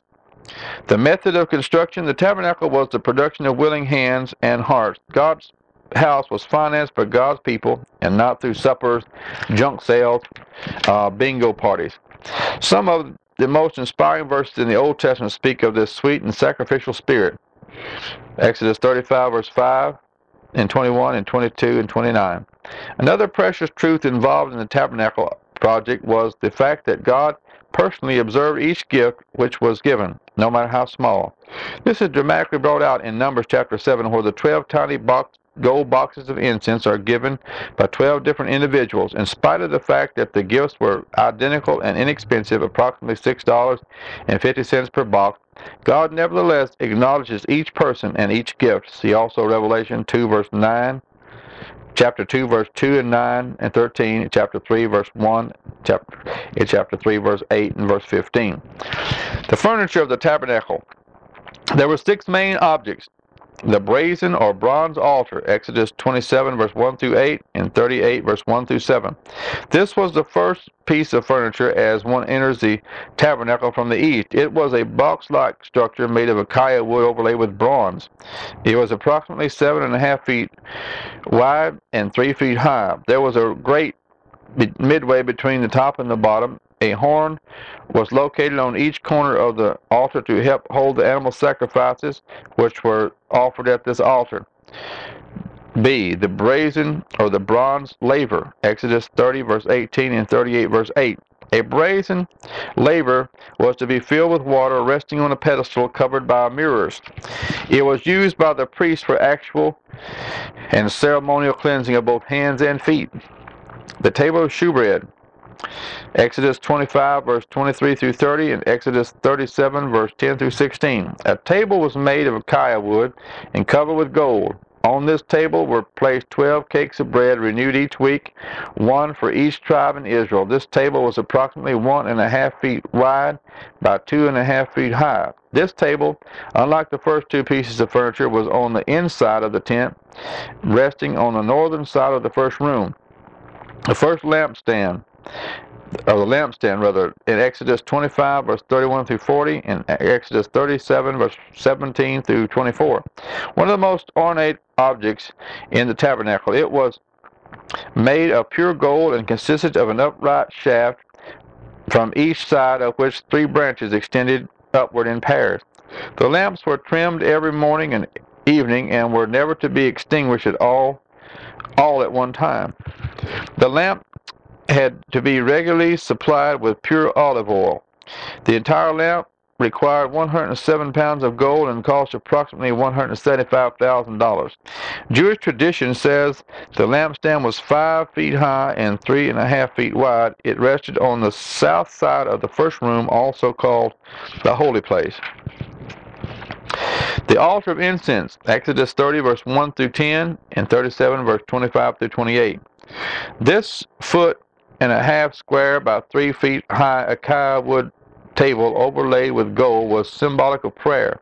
Sweet spices were burned on this table each morning and evening. Revelation chapter 8 verse 3 and 4. Once each year, the horns of this altar were smeared with blood. The incense table occupied the western position of the holy place. The Ark of the Covenant, Exodus 25 verse 10 through 22 and 37 verse 1 through 9. The most important place in all the tabernacle, also made of acacia wood and covered with gold. It resembled a cedar chest and was approximately 4 feet long and 2 feet high. It contains several objects, the most important being the 2 stones upon which was written the 10 Commandments. The lid of this box was made of solid gold and called the mercy seat. On the top of the box stood 2 golden angelic cherubims, one each year During the Great Day of Atonement in October, the high priest would enter into the holiest of all, which was separated from the holy place by a thick veil, and sprinkle blood upon the mercy seat for the sins of Israel. Above the entire ark dwelled the Shekinah glory cloud of God. Perhaps the most thrilling truth of the tabernacle is seen here. The one thing that stood between the broken law and the man could not keep, the broken law that man could not keep, and the holy and righteous wrath of God was the blood of the Lamb. The priesthood of the tabernacle, their ordination. One of the most impressive ceremonies in the Old Testament world was undoubtedly the consecration of a young Levite boy to the Levitical or the Israelite priesthood. The sacred procedure was as follows. He was first washed with water, Exodus 29 verse 4. He was then clothed, 29 verse 5. Then anointed with oil, 29 verse 7. It was finally to identify himself with the sacrifice, 29 verse 15 through 20. This was done by placing of his hand upon a dying lamb. The blood of this lamb was then placed upon his right ear, his right thumb, and his big right toe. Their clothing. Following is a description of the garments worn by the high priest in Exodus 28 verse 2 through 43. The ephod was a sleeveless outer garment reaching from the shoulders to below the knees. It consisted of two pieces, one covering the back and the other the front of the body, fastened on each shoulder by a golden clasp, on the top of which were two onyx stones with the names of the 6 tribes on each stone. The ephod was woven of blue, purple, scarlet, and fine linen yarn, embroidered with figures of gold, and held to the body by a girdle. The breastplate of judgment, Exodus 28 verse 15 through 20. A square piece of cloth attached to the ephod over the priest's heart, upon which were 12 precious stones set in rows and arranged in 4 rows, set in gold and arranged in 4 rows. On the top of the stones were engraved the names of the 12 tribes of Israel, the Urim and the Thummim, Exodus 28 verse 30. The nature of this apparel is not certain. The Hebrew words literally mean lights and perfection. They could have been 2 especially costly stones. It is thought by some that they were used by the high priest in the time of crisis to determine the will of God. See Numbers 27 verse 21 and 1 Samuel 28 verse 6. The robe of the ephod, Exodus 28 verse 31 through 35. This was a blue seamless garment worn under the ephod and was a little longer than the ephod. Along its hem were blue, purple, and scarlet pomegranates and golden bells which tinkled as the priest served in the tabernacle. The mitre, Exodus 28 verse 36 through 38. The fine white linen turban headdress of the high priest. On its front was a golden nameplate with the words "Holiness to the Lord" engraved on it. Their duties. The various responsibilities of the priesthood would fall into 2 basic categories. Number 1, that of the temple service. This would include the burning of incense, the care of the lamps, the placing of the bread, and the sacrificial offerings. Numbers 3 verse 5 through 9. That of personal service. To inspect unclean persons, especially lepers, to instruct the people of Israel in the law of God, and to take a general interest in the spiritual welfare of the people. Numbers 6 verse 23 through 27 and Deuteronomy 17 verse 8 and 9. Their personal obligations. They must not consume strong drink, Leviticus 10 verse 9. They must not clip bald spots on their heads, beards, or flesh, Leviticus 21 verse 5. They must not marry a harlot, divorced woman, widow, or someone from another tribe. Their wife must be a virgin from Levi, Leviticus 21 verse 17, verse 7 and verse 14. They could not have any bodily defects such as blindness or lameness, Leviticus 21 verse 16 through 21. The offerings of the tabernacle. There were 5 main offerings, and each kind is described by a separate chapter in Leviticus chapter 1 through 5. The burnt offering, Leviticus 1, the meal offering, in Leviticus 2, the peace offering, Leviticus 3, sin offering, Leviticus 4, trespass offering, Leviticus 5. These 5 offerings can be placed into 2 general categories: those offered to be used for the purpose of restoring fellowship that was broken with God. This would include the sin and trespass offering. And number 2, those offerings to be used for the purpose of maintaining fellowship. These would include the burnt offering, the meal, and the peace offering. The special red heifer offering of Numbers 19 would also be included in this category. The Holy Feast of the Tabernacle. There were 9 special feasts and rest times in Israel's calendar. The first 3 were to remind believers of God's creative work, and the last 6 of His redemptive work. His creative work. The weekly Sabbath.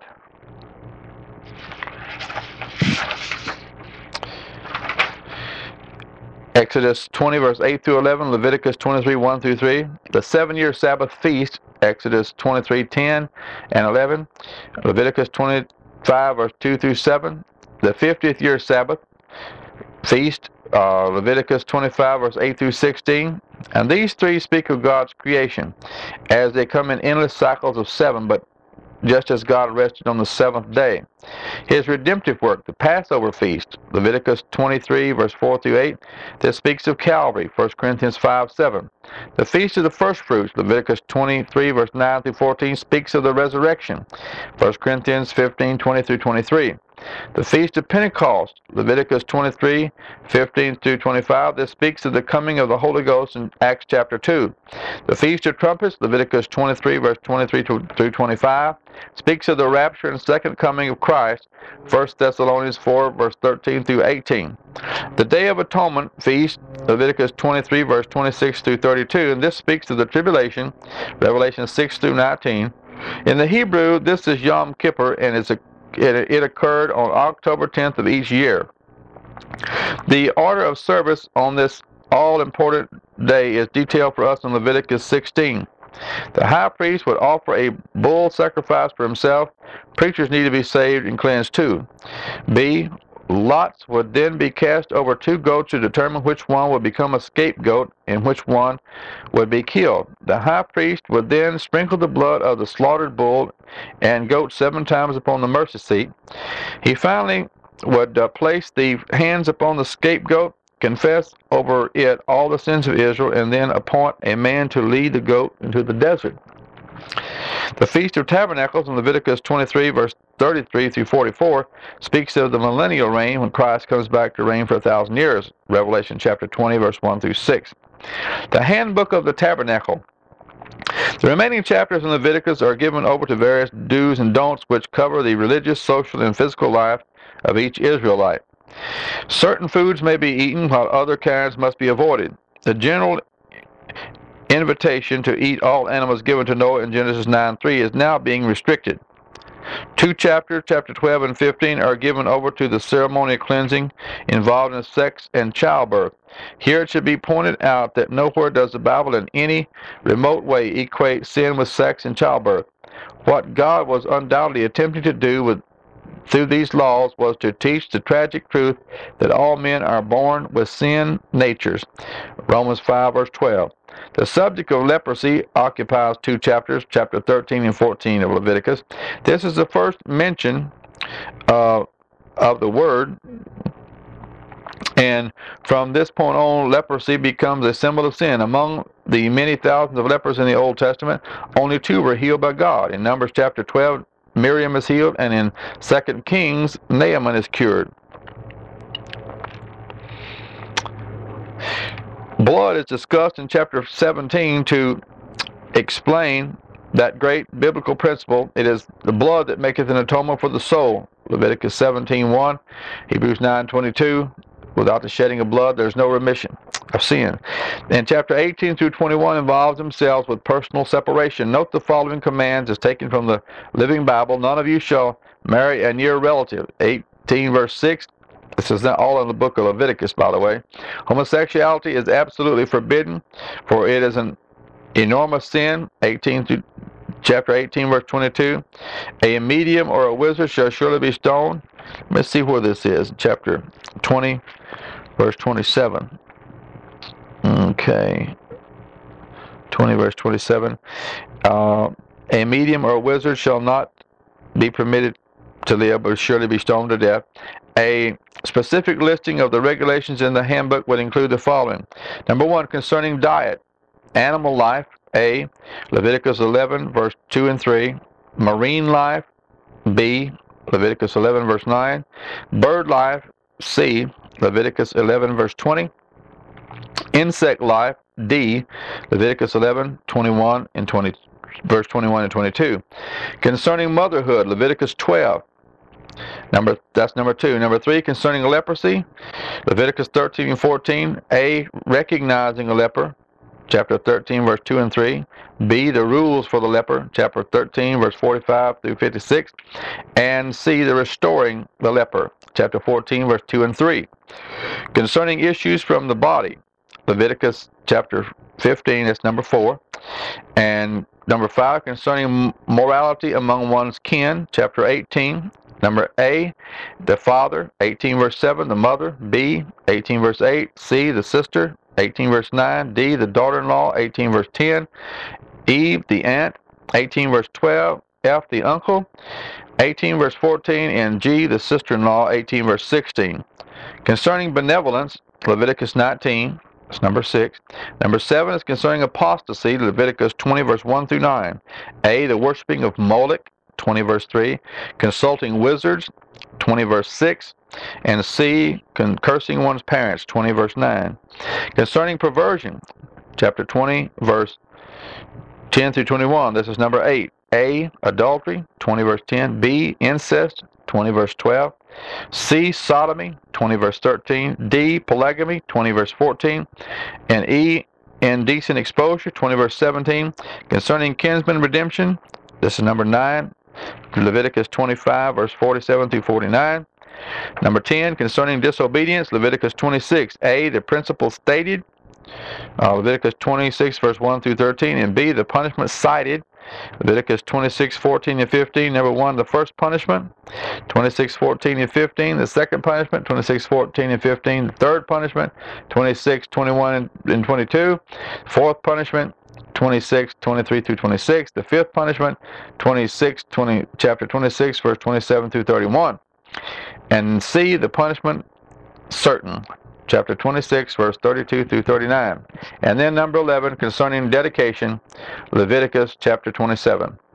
The dedication of the tabernacle, Exodus chapter 30, verse 22 through 33, and chapter 40, verse 33 through 35.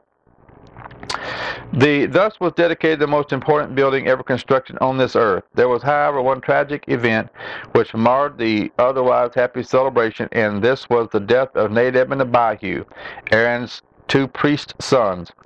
These 2 foolish and wicked men had offered unholy fire before the Lord. Furthermore, the account indicates in Leviticus chapter 10 that both were drunk at the time. Number 8, the census of the tabernacle, Numbers 1, verse 1 through 54. There are 2 occasions when Israel was numbered during the march from Egypt to Palestine.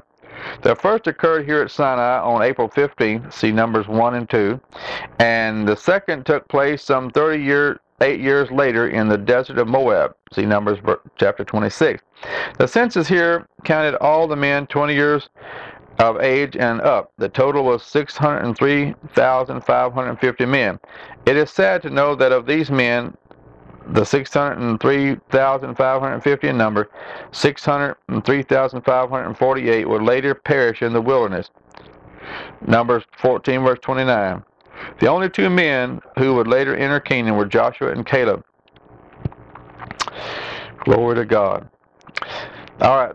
This number did not include the men of Levi, which was the tribe to be excluded from the census. The total number of the Levitical priesthood is given as 8,580 in chapter 4, verse 48.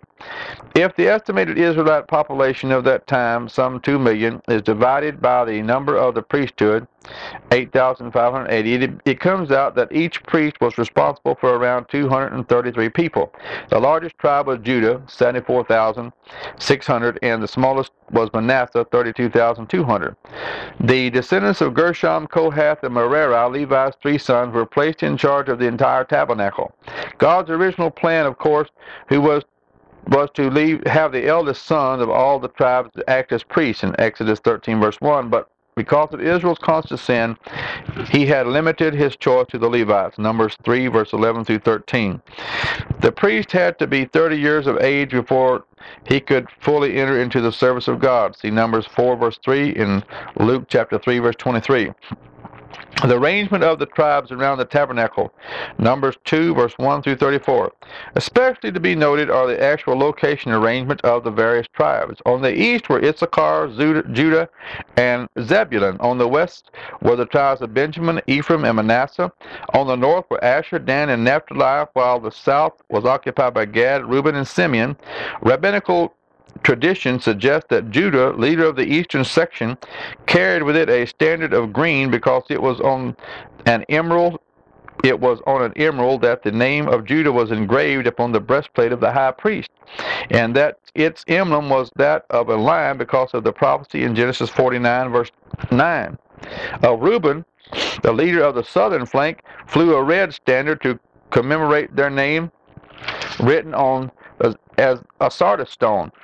Their emblem was that of a human head. The chief tribe of the western side was Ephraim. It displayed a golden flag, for it was upon a golden stone that their name was engraved. Ephraim's emblem was a calf. It's said because Joseph, their founder, was elevated to prison in Egypt through a calf vision. See Genesis 41, verse 1 through 32. Finally, the color of Dan, northern leader, was red and white, for their stone was the jasper. An eagle was the emblem of this tribe. We are not sure, of course, just how much of all this is based on fact. If it is true, however, it blends in beautifully with the visions of both Ezekiel and John. Ezekiel chapter 1 and chapter 10, also John chapter 4, in Revelation chapter 4. The Nazarite vow of the tabernacle, Numbers 6, verse 1 through 21. This especially concerned itself with that individual man or woman who desired to consecrate himself to the Lord in a special way, either for life or for a certain period of time. The rules were: A, that he could not taste the fruit of the vineyard in any manner; B, he could not cut his hair; and C, he could not come in contact with any dead person. The most well-known Old Testament Nazarite, of course, was Samson. See Judges chapter 13, verse 7. The great benediction of the tabernacle, Numbers 6, verse 22 through 27. And the Lord spake unto Moses, saying, Speak unto Aaron and to his sons, saying, On this wise ye shall bless the children of Israel, say unto them, The Lord bless thee and keep thee, the Lord make his face shine upon thee, and be gracious unto thee. The Lord lift up his countenance upon thee, and give thee peace. And they shall put my name upon the children of Israel, and I will bless them. Numbers 6, verse 22 through 27. 2 silver trumpets of the tabernacle. Numbers 10, verse 1 through 9. These trumpets were to be sounded on 4 special occasions. Number 1, A, to summons. Verse 2, if both trumpets were blown, then the entire congregation was to gather at the tabernacle. Verse 3, if, however, but one trumpet blew, only the heads of the divisions were to appear. Verse 4, to give warning in the case of attack. Verse 5, when Israel itself would go to war. Verse 9, at Israel's appointed feast. Verse 10. Israel from Sinai to Kadesh Barnea. Numbers 10, verse 11 through 12, verse 16. This was a distance of 150 miles. En route to Kadesh, a balking brother-in-law, Moses attempts to secure the scouting services of Hobab, his brother-in-law, but the offer is refused. Chapter 10, verse 29 through 32. This is in Numbers. All this is in Numbers. A continuing cloud, chapter 10, verse 34 through 36. And the cloud of the Lord was upon them by day, and when they went out of the camp, and it came to pass, when the ark set forward, Moses said, Rise up, Lord, and let thine enemies be scattered, and let them that hate thee flee before thee. And when it rested, he said, Return, O Lord, unto the many thousands of Israel. Numbers chapter 10, verse 34 through 36. The distance between Mount Sinai and Kadesh is less than 200 miles. In Numbers 33, verse 16 through 36, Moses lists some 20 stops from these two places. The Sinai area is dotted with mountains, rugged valleys, and sandy ground. But their journey was never too long or difficult, for the cloud of the Lord was upon them. A murmuring multitude. Deuteronomy chapter, this is Numbers chapter 11, verse 4 through 6. Once again, the unsaved Egyptian controlled group stirred up the people to complain, this time about their food. Note their words. We remember the fish which we did eat in Egypt freely, the cucumbers and the melons and the leeks and the onions and the garlic, but now our soul is dried away, and there is nothing at all beside this manna before our eyes. And that is in Numbers 11, verse 5 and 6. I want to make sure of this. I don't want to mislead anybody. Numbers 11, verse 5 and 6.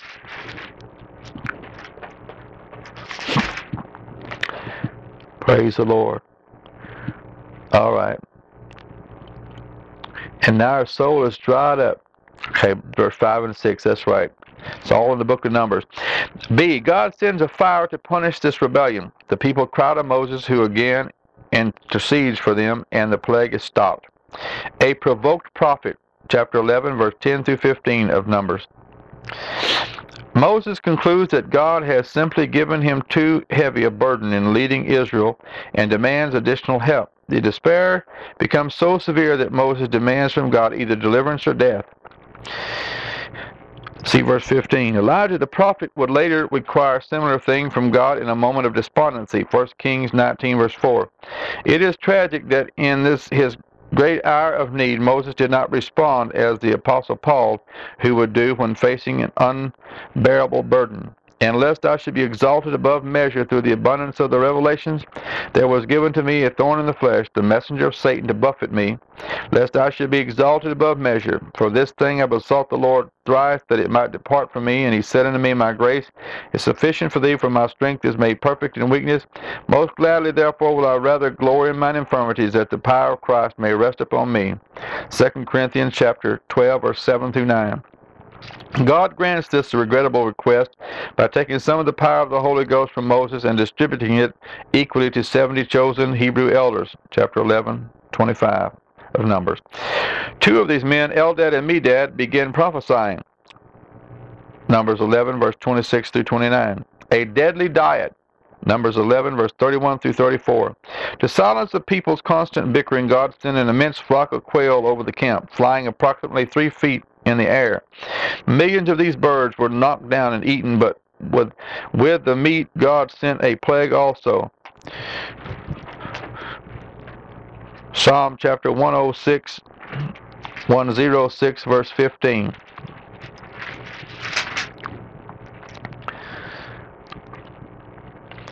Saying, touch not mine anointed. No, that's 105. 106, verse 15. And he gave them their request, but sent leanness into their soul. A suffering sister, Numbers 12, 1 through 15. Aaron and Miriam criticized their younger brother Moses on 2 counts. Number 1, because of his wife. They could have been referring to Zipporah, but it is possible that she had died and this Cushite wife was his second one. It is indeterminate from the text as to whether the criticism was because she was a Gentile or because of her color, if indeed she was a different color. At any rate, the marriage was not contrary to the law which forbade marriage only to Canaanites. See Genesis 24, verse 37. And 2, because of his strong leadership. How often has this sin been committed by deacons and officials in a local church since this time? Aaron and Miriam would soon learn the truth in Psalm 105, verse 15, touch not mine anointed, and do my prophets no harm. God rebukes them for their criticism, telling them that Moses was a special friend. And see, Miriam, the ringleader, is suddenly struck with leprosy. Aaron begs forgiveness and asks Moses to plead with God concerning her restoration. Moses does this, and after a period of 7 days, she is restored to fellowship and health. Okay, I'm going to read you this outline here. Number 4, en route to Kadesh Barnea, a balking brother-in-law, Numbers 10, verse 29 through 31. Moses unsuccessfully attempts to secure the services of his brother-in-law as a guide. The continuing cloud, Numbers 10, 34 through 36. God's faithful guide continues to show them the way. A murmuring mixed multitude, Numbers 11, verse 1 through 3. God sends a fire plague to stop the bitter and blasphemous complaints of Israel. A provoked prophet, Numbers 11, verse 14 through 25. At Moses' request, God sends 70 men to help him. A deadly diet, Numbers 11, 31 through 34. To show their hatred for the manna, the people turn to a diet of quail meat. A deadly plague follows. And then a suffering sister, Numbers 12, for criticizing both Moses and his wife Miriam, is punished with leprosy. And we will give the outline number 5 now, Israel at Kadesh Barnea. The twofold report. The 10-man majority report. We are not able to go up against the people, for they are stronger than we. Numbers 13, verse 31. And there we saw giants, and we were as grasshoppers in their sight. Numbers 13:33. 2-man minority report. Let us go up at once and possess it, for we are well able to overcome it. Numbers 13:30. Neither fear you the people of the land, for the Lord is with us. Numbers 14, verse 9. The twofold reaction. The reaction of the people. Would God we had died in the land of Egypt. Numbers 14, verse 2. Let us make a captain, and let us return into Egypt. Numbers 14, verse 4. The reaction of God. This marked their 10th rebellion against him. Numbers 14, verse 22. Their carcasses would fall in the wilderness. Numbers 14, verse 29. No one over 20, Joshua and Caleb would enter Palestine. Numbers 14, verse 29. They would wander 40 years, a year for each day the spies spent in their land. Numbers 14, verse 34. The majority report members would die of a plague. Numbers 14, verse 37. Israel at Kadesh Barnea. The penetration. A. Moses instructed to send a leader from each of the 12 tribes to spy out the land of Canaan. Among these leaders were Joshua from the tribe of Ephraim and Caleb from Judah. In Numbers 13, it would seem that this command of God was indicative of his perfect will that Canaan be spied out first. But Moses adds more information as recorded in Deuteronomy 1, chapter 1, verse 19 through 24, which gives the entire background. And ye came near unto me, every one of you, and said, We will send men before us, and they shall search out the land and bring us word again. Deuteronomy 1:22. Thus it would seem that the original expedition idea came from the man and not from God. The lamentation. After 40 days of searching out the land, the 12 returned with these reports. The majority report, composed of the leaders of the 10 tribes, we cannot take the land. Numbers 13, 32 and 33. The minority report, led by Joshua and Caleb, let us go up at once and possess it, for we are well able to conquer it. Numbers 13:30. The vote of the people, we won't go. Numbers 14, verse 1 through 3.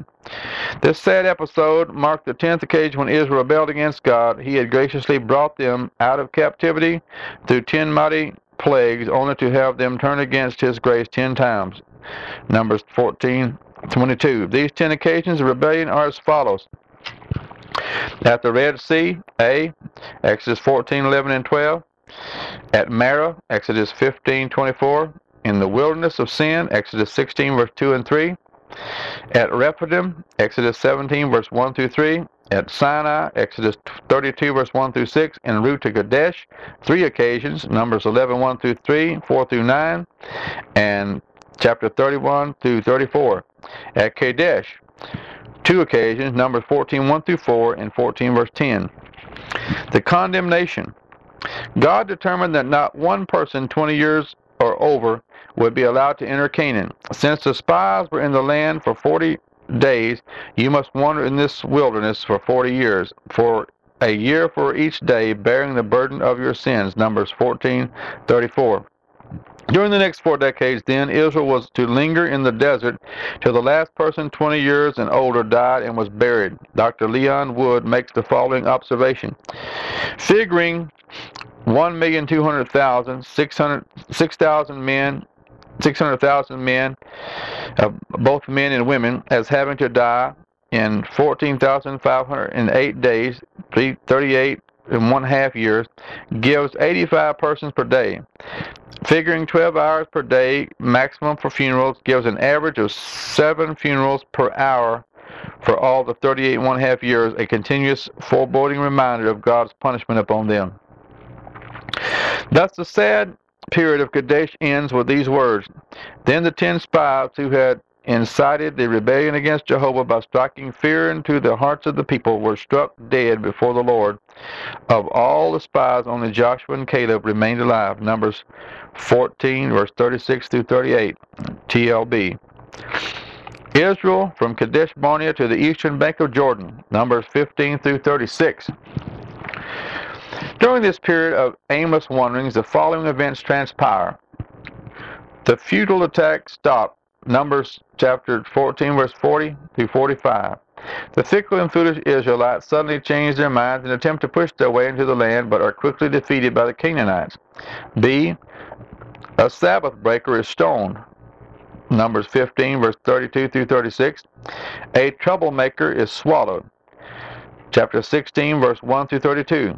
Number 1, a very influential descendant of Levi named Korah led 250 strong conspiracy against the authority of Moses.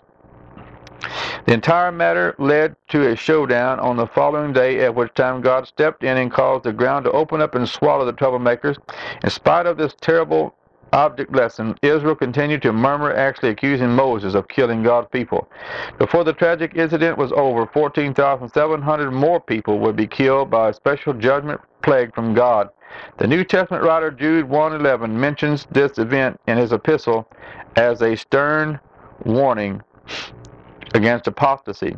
D. A stick that sprouted. The budding of Aaron's rod, 17, 1 through 13 of Numbers. To emphasize the authority he had invested in Moses and Aaron, the Lord ordered the leaders from each tribe to place a rod in the tabernacle with his personal name inscribed on it. Aaron was commanded to do the same. The next morning it was discovered that Aaron's rod had budded, was blossoming, and had ripe almonds hanging all from it.